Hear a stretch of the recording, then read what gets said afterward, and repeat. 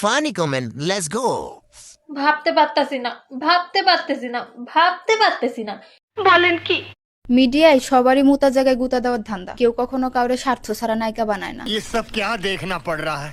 ওই আগে শরীর ভোগ করে নিজের ইচ্ছা মতো চাহিদা মিটায়, তারপরে নায়িকা বানায়। কারণ আমি প্রথমে যার মাধ্যমে আসছিলাম মিডিয়াতে, সে হচ্ছে এমনি টিকটক করতো, টিকটকে পরিচয়, তো তার মাধ্যমে আসার পরে হচ্ছে ও আমার এক প্রডিউসারের সাথে পরিচয় করায় দেয় যে ওনার সাথে পরিচয় হয়, উনি তোমাকে কাজের জন্য শিডিউল দিবে। তো যখন পরিচয় হলাম, উনি আমার কাজের জন্য শিডিউল দিচ্ছে, দেওয়ার পরে আমাকে বলে নাই কিছু। I simply am not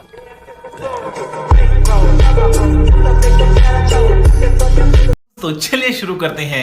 যাই হোক, এতদিন পর তাও সত্যি কথা বলে দিল। তোর চেহারা দেখছস, নায়িকা নায়িকা হবে। 2026 সালে কুরবানি ঈদের শাকিব খানের সেরা নায়িকা। আমি বিশ্বাস করি না। এভাবে অরিজিনাল কথা বললা কিভাবে? তুমি গুতা খাইছো মামুনি। সুটিয়ে লাল করে দেবো, নোংরামি বার করে দেবো। যে চেহারা, নাম দিছে পিয়ারা। তুমি হাসাই গুতা খাইছো, কেমন লাগছে বলো শুনি? জায়গাটা মনে হয় খুব মজার।